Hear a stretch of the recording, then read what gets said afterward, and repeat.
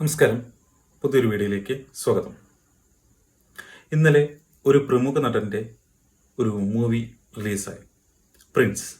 എന്തുകൊണ്ടാണ് പ്രമുഖ നടൻ എന്ന് പറയാൻ കാരണം, ഈ സിനിമയുടെ പ്രൊഡ്യൂസർ ഈയിടെ ഒരു ഫംഗ്ഷനിൽ പറയുകയുണ്ടായി, ഒരു പ്രമുഖ നടൻ ചെയ്ത ഒരു പ്രവൃത്തി, ഈ പ്രമുഖ നടൻ ചെയ്ത, അതായത് എന്താ പ്രവൃത്തി എന്ന് ആർക്കും അറിയില്ല, ആരാ നടൻ എന്നും അറിയില്ല, വെറുതെ എന്തൊക്കെയോ വിളിച്ചു പറഞ്ഞു. എവിടെയാണ് നടന്നതെന്ന് നമ്മൾ ചിന്തിക്കുമ്പോൾ അത് പ്രിൻസ് മൂവിയുമായി ബന്ധപ്പെട്ട് പറഞ്ഞു. അപ്പോൾ പ്രിൻസ് മൂവിക്ക് ഒരു പ്രൊമോഷനും അവിടെ നടന്നു.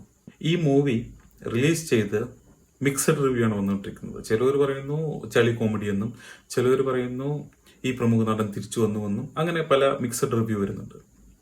പക്ഷേ ഈ മൂവി റിലീസ് ചെയ്ത് ഫസ്റ്റ് ഷോ കഴിഞ്ഞപ്പോഴേക്കും കേക്ക് മുറിച്ച് ആഘോഷം തുടങ്ങി. മൂവി റിലീസ് ചെയ്ത അന്ന് തന്നെ കേക്ക് മുറിച്ച് സക്സസ് എന്ന് പറഞ്ഞ് ആഘോഷിക്കുന്ന ആദ്യത്തെ മൂവി വേണമെങ്കിൽ ഇതായിരിക്കാം. ഇപ്പോൾ മൂവി സക്സസ് ആവാൻ വേണ്ടി PR വർക്കുകൾ ഒരുപാടുണ്ട്. ഫേസ്ബുക്കിൽ, ഇൻസ്റ്റാഗ്രാമിലും യൂട്യൂബിലും എല്ലാം കമന്റ് ഇടുകയാണ്, കിടുമൂവി എന്നൊക്കെ പറഞ്ഞിട്ട്. എന്നാൽ ഈ മൂവി കണ്ട ചില റിവ്യൂവേഴ്സ് പറയുന്നു തല്ലുപൊളി മൂവി എന്ന്. ഇതേ സെയിം സംഭവം തന്നെയാണ് ഇപ്പോൾ പല മൂവീസിലും നടന്നുകൊണ്ടിരിക്കുന്നത്. എമ്പുരാൻ മൂവി മിക്സഡ് റിവ്യൂ വന്നു കഴിഞ്ഞപ്പോൾ ഇവിടെ ഒരു വിവാദം പൊട്ടിപ്പുറപ്പെട്ടു. ആ വിവാദം പൊട്ടിപ്പുറപ്പെട്ടപ്പോഴാണ് ഈ മൂവി കൂടുതൽ കളക്ഷൻ നേടിയത്. ആ ഒരു പാർട്ടിയുമായി ബന്ധപ്പെട്ട് സിനിമയുടെ പാർട്സ് കട്ട് ചെയ്യുമെന്ന് പറഞ്ഞപ്പോൾ എന്താണ് കട്ട് ചെയ്യാൻ പോകുന്നത് എന്നറിയാൻ വേണ്ടി കണ്ടവരും, കട്ട് ചെയ്ത് കഴിഞ്ഞപ്പോൾ എന്താണ് കട്ട് ചെയ്തതെന്ന് അറിയാൻ വേണ്ടി കണ്ടവരും കൂടി 300 കോടിയിലധികം കളക്ഷൻ നേടാൻ ഈ മൂവിയെ സഹായിച്ചു. അതുപോലെ തരുൺ മൂർത്തി തുടരും എന്ന മൂവിയിൽ മോഹൻലാലും അല്ലെങ്കിൽ ലാലേട്ടനും ശോഭനയും വന്ന് ഒരു ഇന്റർവ്യൂ തന്നിട്ടില്ല. ഒരു നടന്മാരും വന്ന് ഒരു ഇന്റർവ്യൂ തന്നിട്ടില്ല.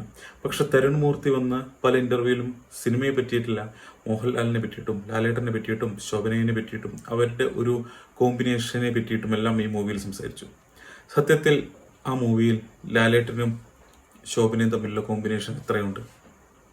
എത്ര സീനിൽ അവർ തമ്മിലുള്ള കോമ്പിനേഷൻ ഉണ്ട്?